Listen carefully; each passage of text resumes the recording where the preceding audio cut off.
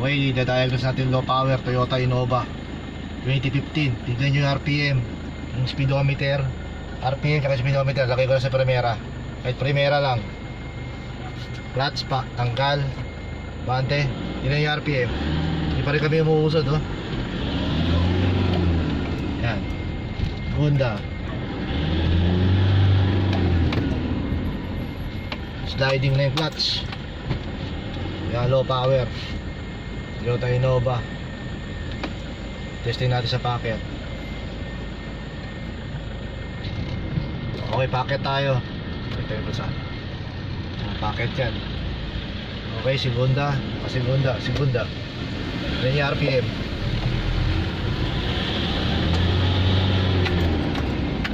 Taas ng RPM, bagal lang. Ano na po, tercera yan. Yan, hirap na hirap, oh.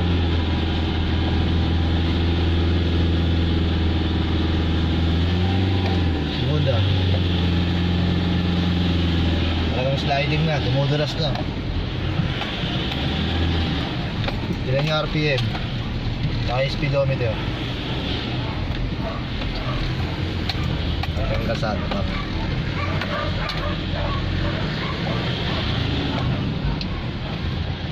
Yan, sliding na talaga yung clutch nito.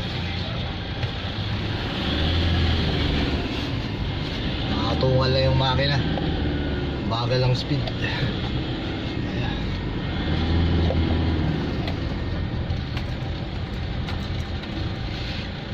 Okay, pa-atras ha, tinan nyo, naka-reverse to. Reverse.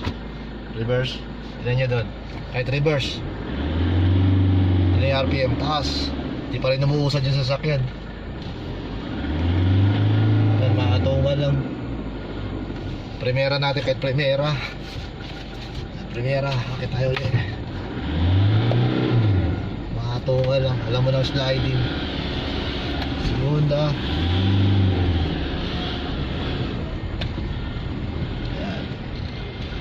Sliding na talaga. Reklamo ng customer, low power. Ayun na, sliding na pala yung clutch.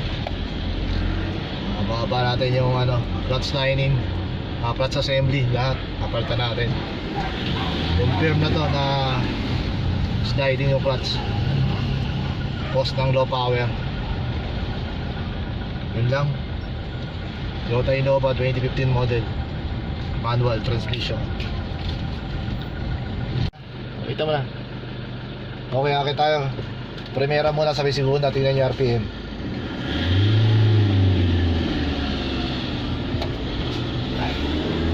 Segunda. Tingnan nyo.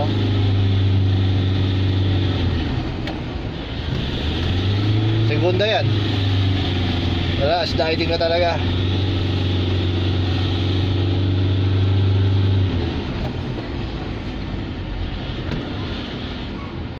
Primera, segunda, tercera. Papakita ko sa inyo kung sliding na ba talaga yung clutch. Lalagay natin sa tercera. Okay, primera, segunda, tercera. Tapos dandaan nyo bitawan yung clutch pero nakatapak kayo sa preno. Pag hindi namatay yung makina, ibig sabihin sliding yung clutch. Pero pag namatay yung makina, hindi sliding yung clutch. Tandaan ko, bibitawan na yung clutch. Yan o, hindi namatay yung makina, maandar pa rin. Dapat yan mamatay kung hindi sliding yung makina. Ganyan na pag-check kung sliding na yung makina. Lagay nyo sa tercera. Okay, apak ulit, testing ulit natin. Primera, segunda, tercera. Pag hindi namatay ang makina, pag binitawan yung clutch, ibig sabihin sliding na yung clutch. Tandaan ko, bibitawan yung clutch. Yan o, hindi namatay. Naka pa rin, nakasindi pa rin yung makina natin. Naka tercera yan. Ganun lang, pag-check kung sliding na yung clutch nyo.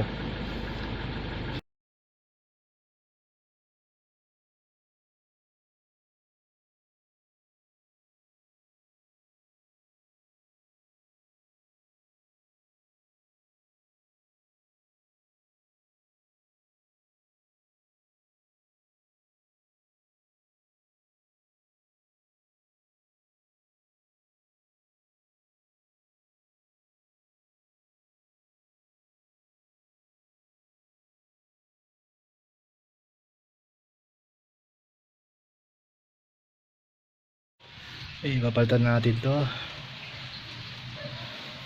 Ito, icing, tapos mga gear oil, transmission, differential, transmission 140, differential, transmission, differential, bearing,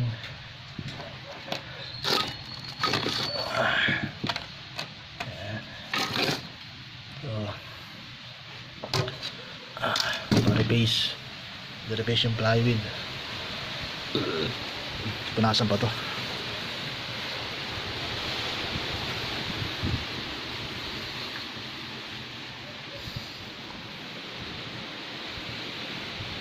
Ayan, bagong repace yung flywheel, bagong repace.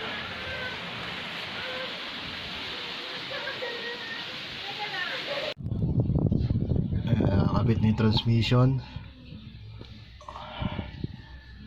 Okay. Naman tayo ng gear oil. Change muna tayo lahat ng gear oil, transmission oil, tsaka differential oil. Tsaka natin kakapit yung mga propeller. Okay, Toyota Innova 2015 model. Napalitan ko na to ng clutch assembly. Kasama na rin yung pressure plate, clutch lining, release bearing, pilot bearing, gear oil, differential oil. So kumpara natin yung napalitan na sa hindi. Ito napalitan na, lagay natin sa third gear. Tapos tingnan natin kung mamamatay ba yung makina. Kasi kung di namatay yung makina, malamang hindi umubra yung mali yung lagay natin ng clutch lining o tukod yung clutch. So try natin. Tapak preno, clutch, lagay sa third gear, primera, segunda, tercera. Tercera ha, tercera yan. Neutral, primera, segunda, tercera. Tandaan natin bibitawan ng clutch. Oh, yan, namatay ang makina. So ibig sabihin tagumpay tayo. Okay, start natin ulit, isa pa. Okay, lagay natin sa neutral.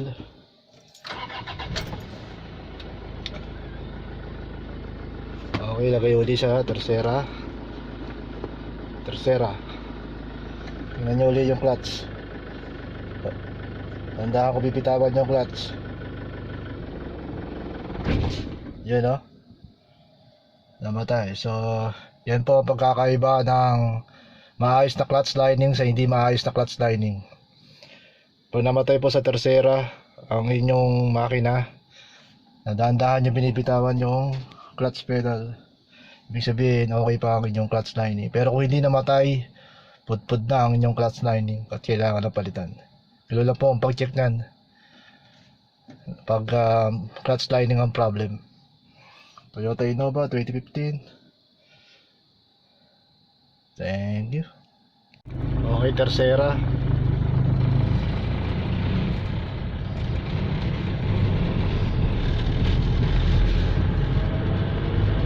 Sabay na. Toyota Innova 2015 model. Ayos na.